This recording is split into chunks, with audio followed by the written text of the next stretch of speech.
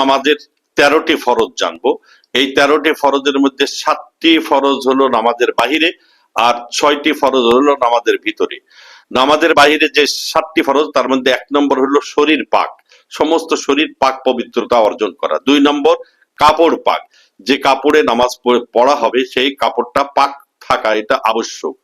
Number 3 নামাজের জায়গা পাক, যেখানে নামাজ পড়া হবে ওই জায়গাটা পাক হতে হবে, পবিত্র জায়গায় নামাজ পড়তে হবে। 4 নম্বর সতর ঢাকা, সতর পুরুষের জন্য নাভির থেকে নিয়ে হাঁটু পর্যন্ত এই অংশটুকু ঢাকা অবশ্যই ফরজ। মহিলাদের মধ্যে তো মহিলাদের জন্য সমস্ত শরীরটা ঢেকে রাখা, তাদের মানে শুধু মুখ ছাড়া, 2 পায়ের মানে পাতা ছাড়া, 2 হাতের হাতলি বেঁধে রেখে সমস্ত শরীর ঢাকা, সতর ঢাকা ফরজ। 5 নম্বর হচ্ছে কেবলা মুখ হইয়া নামাজ পড়া। 6 নম্বর ফরজ হলো ওয়াক্ত মোতাবেক নামাজ, নামাজ পড়ি কিন্তু ওয়াক্ত চলে গেলে নামাজ হলো না, নামাজের ফরজ ছুটে গেল। 7 নম্বর ফরজ হলো নামাজের নিয়ত করা। এই 7টি হচ্ছে নামাজের বাহিরের ফরজ।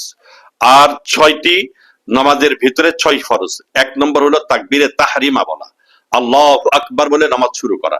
অনেক সময় মুক্তাদি নামাজ শুরু হয়েছে, মুখ সম্পূর্ণ বন্ধ, তাহলে তাকবীরে তাহরিমাই তো বলা হলো না, হাত উঁচু যদি না করে নামাজ হয়ে যাবে, এটা সুন্নাত। কিন্তু আল্লাহু আকবার মুখে উচ্চারণ করা ফরজ।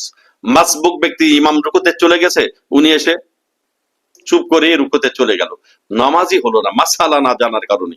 তাকবীরে তাহরিমা বলা ফরজ।